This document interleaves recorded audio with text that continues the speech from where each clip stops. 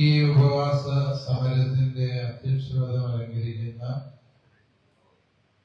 ആദരണീയനായ ഇബ്രാഹിം മുണ്ടേരി അവர்கள் ഇവിടെ ഉപവാസ സമരത്തിലൂടെ സർക്കാരിന്റെ പൊതുസമൂഹത്തിന്റെ ശ്രദ്ധ ഈ വിഷയത്തിലേക്ക് കൊണ്ടുവരാൻ പരിശ്രമിക്കുന്ന പേരാവൂരിന്റെ ജനപ്രതിനിധി ആദരണീയനായ നമ്മുടെ MLA advocate Sunny Joseph sir, വേദിയിലും അതുപോലെ സദസ്സിലുമായിരിക്കുന്ന ആദരണീയരായ നേതാക്കന്മാരെ, ജനപ്രതിനിധികളെ, സാമുദായിക രാഷ്ട്രീയ രംഗത്തെ പ്രമുഖരെ, നാം ഇവിടെ ഒരുമിച്ച് കൂടിയതിന്റെ ഉദ്ദേശ ലക്ഷ്യങ്ങള് ഇതിനോടകം നമുക്കെല്ലാവർക്കും അറിയാം. പ്രസംഗിക്കുവാൻ വാക്കുകൾ അപര്യാപ്തമാകുന്ന അഥവാ പ്രസംഗിച്ചിട്ട് എന്ത് പ്രയോജനം എന്ന് ചിന്തിക്കാൻ തക്ക വിധത്തില് കടുത്ത ദുഃഖത്തിന്റെയും നിരാശയുടെയും വാക്കിൽ നിന്നുകൊണ്ടാണ് ഞാൻ ഈ ഉദ്ഘാടന പ്രസംഗത്തിന് വേണ്ടി മുതിരുന്നത്. കാരണം ഈ ഒരു വിഷയത്തെ കുറിച്ച് ആറളം ഫാമില് ഓരോ ആദിവാസി സഹോദരനും ആനയുടെ കലിയുടെ കീഴിൽ ദയനീയമായി ചവിട്ടി അരയ്ക്കപ്പെട്ടപ്പോൾ, കഴിഞ്ഞ 14 ജീവനുകൾ പൊലിഞ്ഞപ്പോഴും നാം ഇങ്ങനെ സമരം ചെയ്തതാണ്. നാം ഈ സങ്കടങ്ങൾ ഉത്തരവാദപ്പെട്ടവരുടെ മുമ്പിൽ അറിയിച്ചതാണ്. പക്ഷേ അവയ്ക്ക് എന്ത് വില കിട്ടി എന്നുള്ളത് നാം തിരിച്ചറിയുന്ന വസ്തുതയാണ്. ഓർക്കുക, അത് കേന്ദ്ര സർക്കാരിന്റെ വന്യജീവി സംരക്ഷണ നിയമങ്ങളാകട്ടെ, സംസ്ഥാന സർക്കാരിന്റെ നിയമങ്ങളാകട്ടെ, ഇവയൊക്കെയും ഇവിടുത്തെ വന്യമൃഗങ്ങളെയും വനം വകുപ്പിന്റെ ഇഷ്ടാനിഷ്ടങ്ങളെയും സംരക്ഷിക്കുന്നതിനപ്പുറത്ത് ഇവിടുത്തെ സാധാരണക്കാരന്റെ ജീവിക്കാനുള്ള അവകാശത്തെ സംരക്ഷിക്കുന്നില്ല എന്നുള്ളതാണ് ഏറ്റവും സങ്കടകരവും ദുഃഖകരവുമായ സത്യം. നമുക്ക് ഓർത്ത് നോക്കാം പ്രിയപ്പെട്ടവരെ, ഈ വനനിയമങ്ങൾ മൂലം, വന്യജീവി സംരക്ഷണ നിയമങ്ങൾ മൂലം സംഭവിച്ചിരിക്കുന്നത് എന്താണ് എന്ന് ചോദിച്ചാൽ, ഇവിടുത്തെ ആനയ്ക്കും കടുവായ്ക്കും പുലിക്കും കാട്ടുപന്നിക്കും കുരങ്ങിനും മയിലിനും അവകാശങ്ങളുണ്ട്. ഈ മലയോര ദേശത്ത് അവകാശങ്ങളില്ലാത്ത ആരെങ്കിലും ഉണ്ട് എങ്കിൽ ഇവിടെ ജീവിക്കാൻ വിധിക്കപ്പെട്ട ഇവിടുത്തെ ആദിവാസികളും മലയോര കർഷകരും മാത്രമാണ് എന്നുള്ളതാണ് ഏറെ ദുഃഖകരമായ സത്യമെന്ന് നാം തിരിച്ചറിയണം. മലയോര കർഷകർക്ക്, ഇവിടെ ജീവിക്കുന്ന ആദിവാസി സഹോദരങ്ങൾക്ക് അവകാശങ്ങളൊന്നുമില്ല. അവരെ സർക്കാർ കരുതുന്നത് ഇവിടുത്തെ വന്യമൃഗങ്ങൾക്ക് ഭക്ഷിച്ചു തീർക്കാനുള്ള കേവലം ഇരകൾ മാത്രമായിട്ടാണ് എന്ന് ആരെങ്കിലും ചിന്തിച്ചാല് കുറ്റപ്പെടുത്താനാവുമോ? ഇവിടുത്തെ കാലഹരണപ്പെട്ട വന്യജീവി സംരക്ഷണ നിയമങ്ങൾ പരിഷ്കരിക്കണമെന്ന്, ആ നിയമങ്ങളുടെ പിൻബലത്തില് ഇവിടെ സാധാരണക്കാരന് ജീവിക്കാനാവില്ല എന്ന് കേന്ദ്ര വനം പരിസ്ഥിതി മന്ത്രിയെ പോലും നേരിൽ കണ്ട് സംസാരിച്ചതാണ് ഞങ്ങള്. സംസ്ഥാന സർക്കാരിന്റെ ദൃഷ്ടിയില് ഈ സങ്കടങ്ങൾ പലവട്ടം ഞങ്ങൾ കൊണ്ടുവന്നതാണ്. എന്നാൽ അതിനൊന്നും യാതൊരു മാറ്റവും സംഭവിക്കുന്നില്ല എന്നുള്ളതാണ് സത്യം. ഇവിടെ കാട്ടുമൃഗങ്ങൾക്കും സർക്കാരിനും കർഷകരോട് ഒരേ മനോഭാവമാണ് എന്ന് പറയാൻ എനിക്ക് രണ്ടാമതൊന്നും ആലോചിക്കേണ്ടതില്ല. കാരണം ഇത് അങ്ങേയറ്റം സങ്കടകരമാണ്. എങ്ങനെ മലയോര കർഷകന്റെ ഉപജീവനം മുട്ടിക്കാം, അവനെ ഇവിടെ ഇല്ലാതാക്കാം എന്നുള്ളത് വന്യമൃഗങ്ങൾ മാത്രമല്ല, സർക്കാരും ചിന്തിക്കുന്ന സാഹചര്യം നിലവിലുണ്ട്. പ്രിയപ്പെട്ടവരെ, വൻകിട കുത്തക സംരംഭങ്ങള് നൽകുന്ന കാർബൺ ഫണ്ട് എന്ന മോഹന പ്രലോഭനത്തിന് മുൻപില് പലരും മയങ്ങി പോകുന്നുണ്ട്. അതുകൊണ്ട് തന്നെ ഇവിടെ വനവിസ്തൃതി വർദ്ധിപ്പിച്ചുകൊണ്ട് മലയോര കർഷകരെ നിശബ്ദമായി കുടിയിറക്കാനുള്ള ബോധപൂർവമായ ഒരു ശ്രമം നടക്കുന്നുണ്ട്. മലയോരത്തിന്റെ മലമടക്കുകളിൽ നിന്ന് ഒരായുസ് മുഴുവനും അധ്വാനിച്ച കൃഷിഭൂമി ഉപേക്ഷിച്ചുകൊണ്ട് നൂറല്ല ആയിരക്കണക്കിന് മനുഷ്യരെ കുടിയിറങ്ങാൻ നിർബന്ധിതരാകുന്ന, അവരെ നിർബന്ധിതരാകാൻ തക്ക വിധത്തില് വന്യമൃഗങ്ങളെ നിർബാധം ഈ കൃഷിഭൂമിയിലേക്ക് കയറൂരി വിട്ടിരിക്കുന്ന സാഹചര്യമുണ്ട്. ഇത് കേവലം ഏതെങ്കിലും ഒരു സർക്കാരിനോടോ രാഷ്ട്രീയപരമായ നിലപാടോ അല്ല ഞാൻ പറയുന്നത്. ഇവിടുത്തെ മലയോര കർഷകരില് എല്ലാ രാഷ്ട്രീയ പ്രസ്ഥാനങ്ങളുമുണ്ട്, എല്ലാ മതവിഭാഗങ്ങളുമുണ്ട്, മതമില്ലാത്ത മനുഷ്യരുമുണ്ട്. അവരെല്ലാവരുടെയും സങ്കടങ്ങളാണ് ഞങ്ങളിവിടെ പൊതുസമൂഹത്തിന്റെ മുന്നിൽ വയ്ക്കുന്നത്.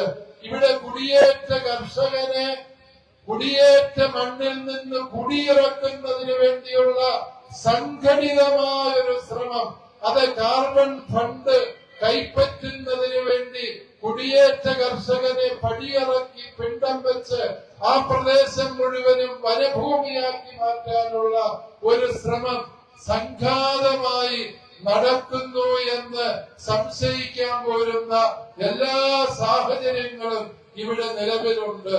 നമുക്ക് ഈ ആറളത്തെ വന്യജീവി സങ്കേതവുമായി ബന്ധപ്പെട്ട പ്രതിസന്ധികളിലേക്ക് തന്നെ വരാം. പ്രിയപ്പെട്ടവരെ, 16 ആദിവാസികളുടെ ജീവനാണ് ഇവിടെ കാട്ടാനയുടെ കലിക്ക് മുന്നില് ഇല്ലാതായത് എന്ന് തിരിച്ചറിയണം. അതായത് ഈ ആദിവാസികള് അവരുടേതായ ആവാസ വ്യവസ്ഥയിൽ സ്വസ്ഥമായി ജീവിച്ചുകൊണ്ടിരിക്കവേ കേന്ദ്ര സംസ്ഥാന സർക്കാരുകൾ മുൻകൈയെടുത്താണ് ആറളം ഫാമിലേക്ക് അവരെ ക്ഷണിച്ചു വരുത്തിയത്, അവിടെ കുടിയിരുത്തിയത് എന്ന സത്യം നമ്മൾ ഓർക്കുക. ഈ ആറളം ഫാമിൽ ആദിവാസികൾക്ക് പതിച്ചു നൽകിയ സർക്കാർ അവരെ കൊലയ്ക്ക് കൊടുക്കാനുള്ള തീട്ടൂരമാണോ നൽകിയത് എന്ന് ന്യായമായും നാം സംശയിക്കേണ്ടി വരും.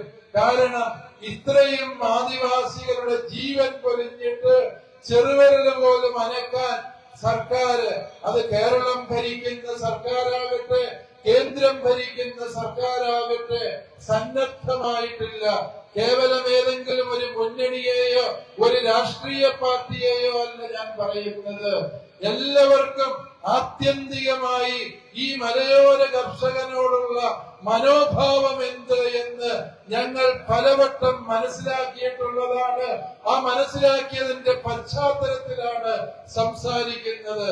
പ്രിയപ്പെട്ടവര്, ഈ ആദിവാസികളെ ഇവിടെ കുടിയിരുത്തിയ സർക്കാരിന് അവരുടെ ജീവനും സ്വത്തിനും സംരക്ഷണം കൊടുക്കാൻ കഴിയുന്നില്ല എങ്കിൽ അത് അങ്ങേയറ്റത്തെ കൃത്യവിലോപമല്ലേ എന്ന് ഉത്തരവാദപ്പെട്ടവർ ആത്മശോധന ചെയ്യണം. ഈ നാളുകളിൽ കൊല്ലപ്പെട്ട നമ്മുടെ പ്രിയ സഹോദരങ്ങളായ വെള്ളയും ലീലയും അതേതെങ്കിലും വനത്തിൽ കയറി വനവിഭവങ്ങൾ ശേഖരിക്കാൻ പോയപ്പോൾ അല്ല കൊല്ലപ്പെട്ടത്, മറിച്ച് സർക്കാർ അവർക്ക് പതിച്ചു നൽകിയ മണ്ണിൽ ജീവിക്കുമ്പോൾ അവിടുത്തെ കാർഷിക വിഭവങ്ങൾ ശേഖരിക്കുന്നതിനിടയിലാണ് കാട്ടാനയുടെ ക്രൂര വിനോദത്തിന് ആ സഹോദരങ്ങൾ ഇരയായത് എന്ന് ചിന്തിക്കുമ്പോഴാണ് ആരുടെയും ജീവൻ ഇവിടെ സുരക്ഷിതമല്ല. ഈ ഇരിട്ടി പട്ടണത്തിൽ ഇരിക്കുന്നവര് പോലും വന്യമൃഗങ്ങളുടെ ആക്രമണങ്ങളിൽ നിന്ന് സുരക്ഷിതരല്ല. നമ്മുടെ സ്കൂളിൽ പോകുന്ന കുഞ്ഞുങ്ങള് ജീവനോടെ തിരിച്ചു വരുമെന്ന് ഒരപ്പനും അമ്മയ്ക്കും ഉറപ്പില്ലാത്ത വിധം ഇവിടുത്തെ മലയോര കർഷകർ ആശങ്കയിലാണ്. സാധനം മേടിക്കാൻ അങ്ങാടിയിൽ പോയ കുടുംബനാഥൻ തിരിച്ചു വരുമെന്ന് ഉറപ്പില്ലാത്ത അമ്മമാരാണ് ഈ മലയോര നാട്ടിലുള്ളത്. അതുകൊണ്ടാണ് ഞാൻ പറഞ്ഞത്, ഇതിനെ കേവലം ഒരു പ്രദേശത്തിന്റെ വിഷയമായോ ഒരു മതവിഭാഗത്തിന്റെയോ ഒരു രാഷ്ട്രീയ പ്രസ്ഥാനത്തിന്റെയോ വിഷയമായി ആരും എടുക്കരുത്. ഇവിടുത്തെ ലക്ഷോപലക്ഷം വരുന്ന മലയോര കർഷകർ ഭീതിയുടെ നിഴലിലാണ് മരണഭീതിയുടെ നിഴലിലാണ്. എപ്പോഴാണ് തങ്ങൾ വന്യമൃഗങ്ങൾക്ക് ഇരയാകുന്നത് എന്ന് അറിയാൻ പാടില്ലാത്ത അവസ്ഥയിലാണ്. ഈ ഒരു പ്രതിസന്ധിയെ സർക്കാർ ഗൗരവപൂർവ്വം പരിഗണിച്ചേ പറ്റൂ. സർക്കാരിന്റെ ഭാഗത്തു നിന്ന് മാത്രം വിചാരിച്ചാൽ ഈ പ്രതിസന്ധികൾ തീരില്ല എന്നറിയാൻ മേലാണ്ടല്ല ഞാൻ ഈ വിഷയം സംസാരിക്കുന്നത്. കേരള സർക്കാർ മാത്രം വിചാരിച്ചാൽ ഈ പ്രതിസന്ധികളെല്ലാം തീരില്ല എന്ന് എനിക്കറിയാം. പക്ഷേ ഈ ആറളംഭാവിലെ പ്രശ്നം തീർക്കാൻ കേരള സർക്കാർ വിചാരിച്ചാൽ മതിയായിരുന്നു. 2020 ബഹുമാനപ്പെട്ട ഒന്നാം പിണറായി സർക്കാരിന്റെ കാലത്ത് ഇവിടെ ആദിവാസികൾക്ക് സംരക്ഷണം നൽകാൻ ആനമതിലിന് നിർമ്മാണ അനുമതി നൽകി. അത് വളരെ ധീരമായ തീരുമാനമായിരുന്നു. അന്ന് ഞങ്ങൾ എല്ലാവരും അതിനെ ഇരുകൈയും നീട്ടി സ്വാഗതം ചെയ്ത വ്യക്തികളാണ്. പക്ഷേ ആ ആനമതിലിന്റെ നിർമ്മാണാനുമതി 2020 കിട്ടിയിട്ട് അത് നിർമ്മാണം ആരംഭിക്കാൻ വൈകി. കൃത്യവിലോപത്തിലെ ഒന്നാമത്തെ കാര്യം അതാണ്. രണ്ടാമത് നിർമ്മാണത്തിന് അനുവാദം നൽകുക മാത്രമല്ല, അത് ഏറ്റവും പ്രഖ്യാതമായ ഒരു കമ്പനിയെ കൊണ്ട് നിറവേറ്റാൻ അവര് തീരുമാനമെടുത്തു എന്ന് കേട്ടപ്പോൾ വീണ്ടും നമ്മൾ സന്തോഷിച്ചു. പക്ഷെ സംഭവിച്ചതെന്താ? ഒച്ചിഴയുന്ന വേഗം പോലും ഈ ആനമതിൽ നിർമ്മാണത്തിനില്ല എന്ന് മാത്രമല്ല, സർക്കാരിന് ഇക്കാര്യത്തിലുള്ള പ്രതിബദ്ധതയുടെ കുറവിനെ നമ്മൾ മനസ്സിലാക്കേണ്ടത് ഈ മതിൽ നിർമ്മിക്കേണ്ട പ്രദേശങ്ങളിലെ മരങ്ങൾ മുറിച്ചു പോലും അതിനുള്ള ക്രമീകരണം ചെയ്തില്ല എന്ന് പറയുമ്പോൾ അത് കൃത്യവിലോപമല്ല എന്ന് ആർക്കാ പറയാൻ പറ്റുക? അത് കൃത്യവിലോപമാണ് എന്ന് ഞങ്ങൾ പറയുമ്പോൾ അതിൽ രാഷ്ട്രീയമില്ല, മറിച്ച് തൂമ്പായെ തൂമ്പ എന്ന് വിളിക്കാനുള്ള മലയോര കർഷകന്റെ ആർജവത്വം മാത്രമായിട്ട് അതിനെ സർക്കാർ വിലയിരുത്തും എന്ന് ഞങ്ങൾ ആത്മാർത്ഥമായി വിശ്വസിക്കുകയാണ്. ഈ ആനമതിലിന്റെ നിർമ്മാണം 6 മാസം കൊണ്ട് പൂർത്തിയാക്കുമെന്ന് മിനിഞ്ഞാന്ന് നമ്മുടെ ബഹുമാനപ്പെട്ട വനം മന്ത്രി വന്ന് ഉറപ്പ് നൽകി. എനിക്ക് ബഹുമാനപ്പെട്ട മുഖ്യമന്ത്രിയോടാണ് പറയാനുള്ളത്. നമ്മുടെ ബഹുമാനപ്പെട്ട മുഖ്യമന്ത്രി, നിങ്ങളിൽ രാഷ്ട്രീയപരമായി വ്യത്യസ്ത അഭിപ്രായമുള്ള വ്യക്തികളുണ്ട് എന്ന് എനിക്കറിയാം. പക്ഷെ നിഷ്പക്ഷമായി ചിന്തിച്ചാൽ കാര്യങ്ങൾ മനസ്സിലാക്കാനും ഇച്ഛാശക്തിയോടെ വേണമെന്ന് വെച്ചാൽ നടപ്പിലാക്കാനും കഴിവുള്ള ഭരണകർത്താവായിട്ടാണ് ഞാൻ മുഖ്യമന്ത്രിയെ മനസ്സിലാക്കുന്നത്. ബഹുമാനപ്പെട്ട മുഖ്യമന്ത്രി ഈ കാര്യത്തിൽ ആത്മാർത്ഥത കാണിക്കണം. ഈ മലയോരത്തെ ആദിവാസികളുടെ ജീവനെങ്കിലും സംരക്ഷണം നൽകാൻ പര്യാപ്തമായ ഈ ആനമതിലിന്റെ നിർമ്മാണം വാഗ്ദാനം ചെയ്യപ്പെട്ട 6 മാസം എടുക്കാതെ അതിനു മുൻപേ പൂർത്തിയാക്കാൻ ബഹുമാനപ്പെട്ട കേരള മുഖ്യമന്ത്രി ശ്രീ പിണറായി വിജയൻ അവരുകളോട് ഈ യോഗം ആത്മാർത്ഥമായി ആവശ്യപ്പെടുകയാണ്. ഈ യോഗം മാത്രമല്ല, ഈ മലയോരത്തെ സകലമായ ജനതയുടെയും വികാരം ഉൾക്കൊണ്ടുകൊണ്ട് ആദരണീയനായ മുഖ്യമന്ത്രിയോട് ഞങ്ങൾ അപേക്ഷിക്കുകയാണ്. ഈ ആനമതിലിന്റെ നിർമ്മാണം യുദ്ധകാലാടിസ്ഥാനത്തിൽ പൂർത്തിയാക്കാൻ സർക്കാരിന് ഉത്തരവാദിത്വമുണ്ട്. ഇനിയൊരു ആദിവാസിയുടെ ജീവൻ അവിടെ പൊലിഞ്ഞാല് ഭരണത്തിലിരിക്കാൻ ഉത്തരവാദപ്പെട്ടവർക്ക് അവകാശമില്ല.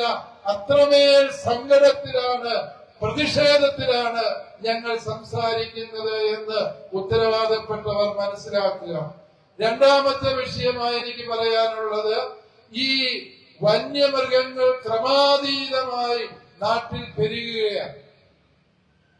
ഈ വനത്തിന്റെ ആവാസ വ്യവസ്ഥിതിക്ക് ഉൾക്കൊള്ളാൻ കഴിയുന്നതിന്റെ 3-4 ഇരട്ടി വന്യമൃഗങ്ങള് ഈ വനത്തിൽ പെരുകിയിരിക്കുകയാണ്.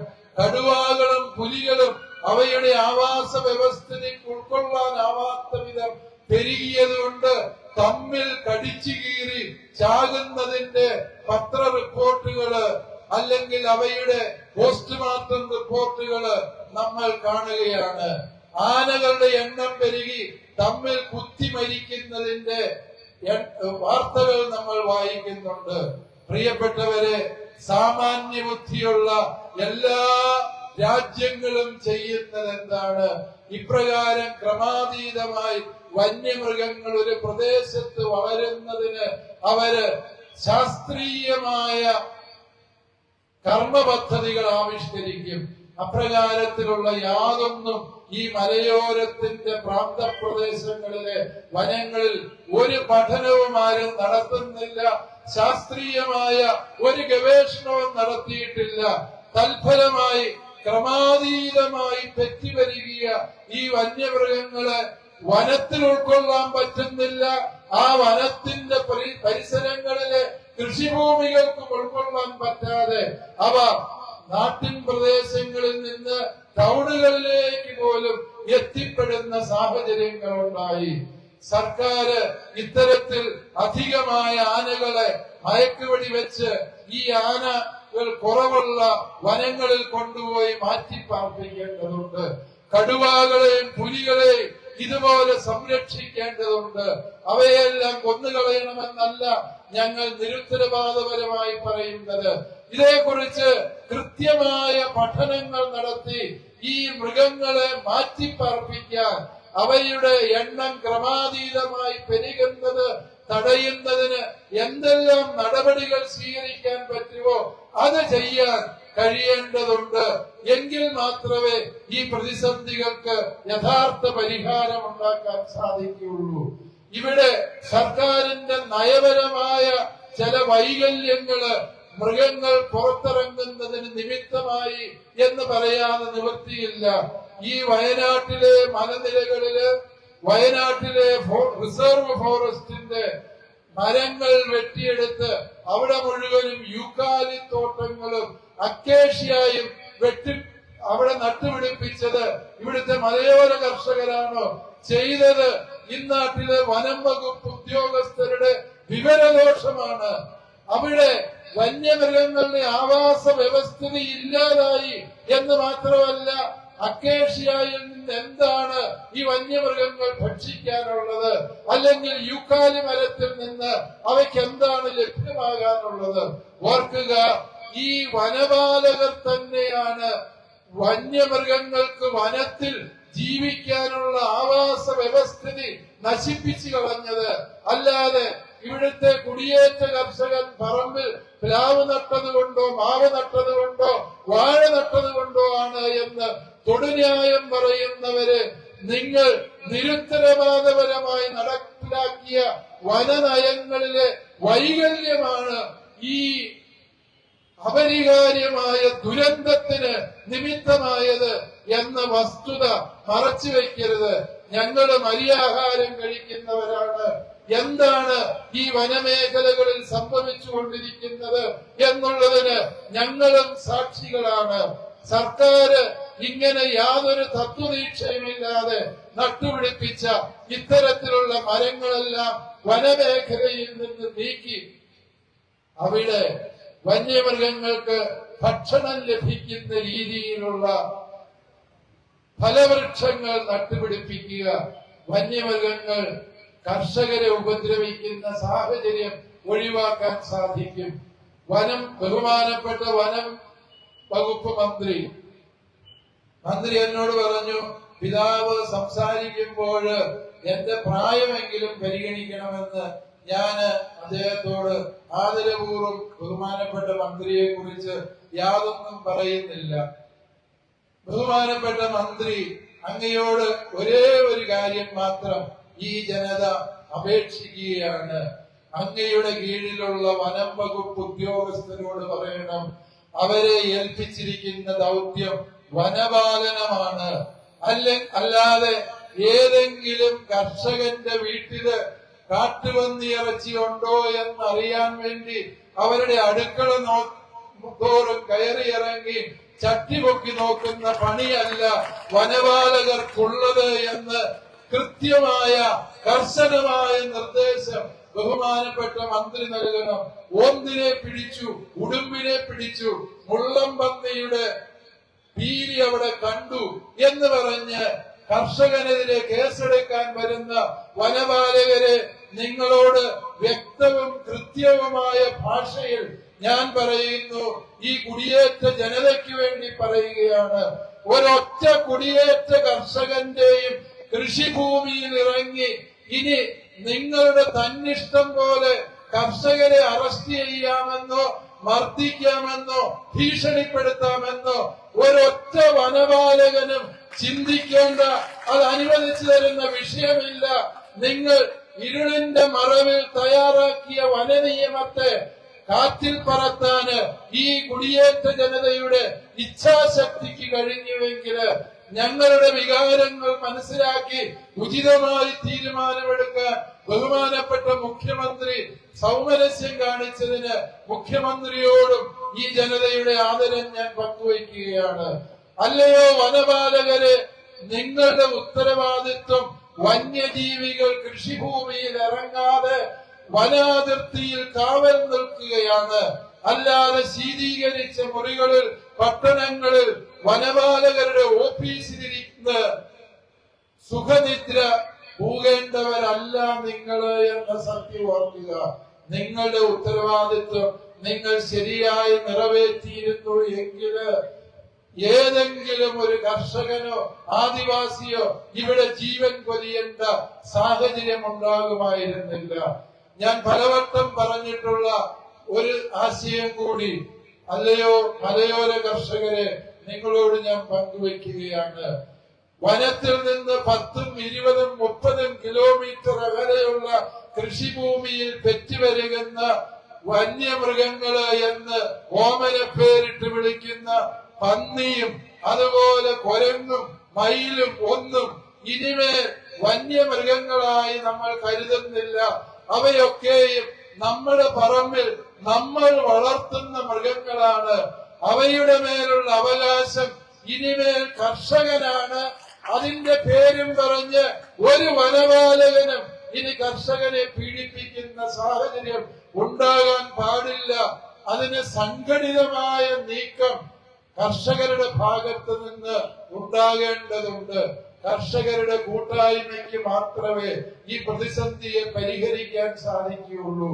പ്രിയമുള്ള കർഷകരെ, നമ്മുടെ സ്വത്തിനും ജീവനും ഉത്തരവാദപ്പെട്ടവർക്ക് സംരക്ഷണം തരാൻ പറ്റാത്ത സാഹചര്യമായതുകൊണ്ട് കർഷകർ അവരുടെ ജീവനും സ്വത്തിനും സംരക്ഷണത്തിന് വേണ്ടി തോക്കിന് ലൈസൻസിന് വേണ്ടി അപേക്ഷിക്കണം. സർക്കാർ കർഷകർക്ക് അത് ചെയ്തു കൊടുക്കണം. കാരണം സർക്കാരിനെ കൊണ്ട് അവരുടെ ജീവനും സ്വത്തും സംരക്ഷിക്കാൻ പറ്റുന്നില്ല എങ്കിൽ സ്വയം സംരക്ഷണത്തിനുള്ള അവകാശം കർഷകനുണ്ട്. അതിനുള്ള സാഹചര്യം സർക്കാർ ഒരുക്കേണ്ടതുണ്ട്. ഇവിടെ ഉള്ള തോക്കുകളും കൂടി പോലീസ് സ്റ്റേഷനിൽ മേടിച്ച് ചാരി വെപ്പിച്ചിരിക്കുകയാണ്. ആ തോക്കുകൾ തിരിച്ചു കൊടുത്തിട്ടില്ല. തൽഫലമായി സംഭവിച്ചതെന്താ? ഈ കാട്ടുപന്നിയെ വെടിവെച്ചോളാൻ പറഞ്ഞു, തോക്കെല്ലാം മേടിച്ച് പോലീസ് സ്റ്റേഷനിൽ വെച്ചിരിക്കുന്നു. എന്ത് ആയുധം കൊണ്ട് വെടിവെക്കുമെന്നാണ് സർക്കാർ ഉദ്ദേശിക്കുന്നത്?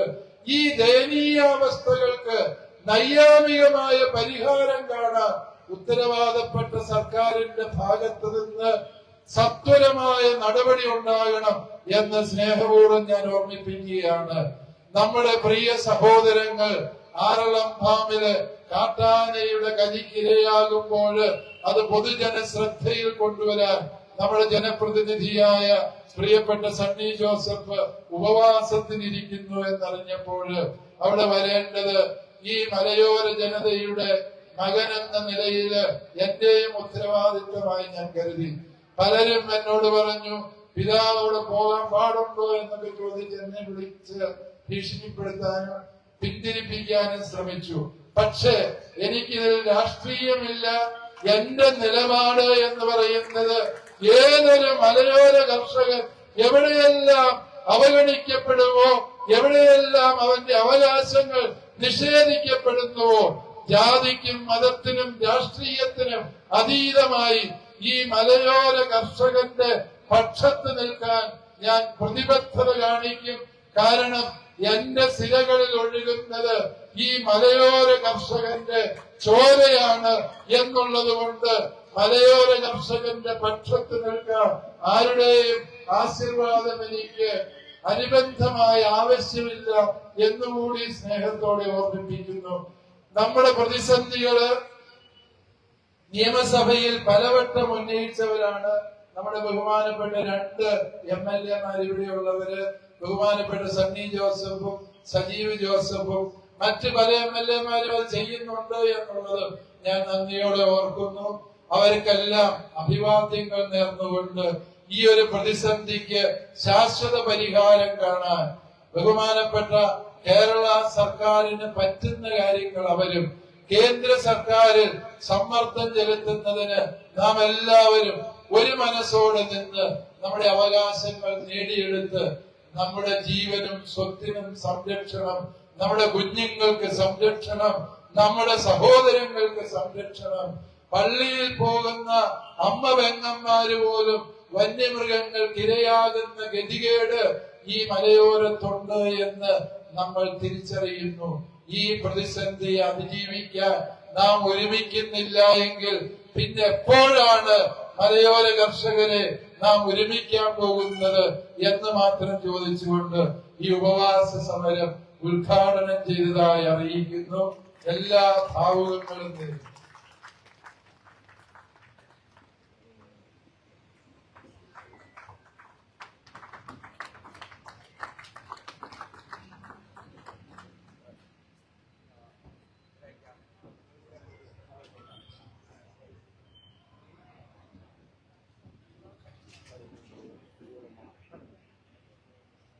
ഞാൻ പിതാവിനും നന്ദി പറഞ്ഞു.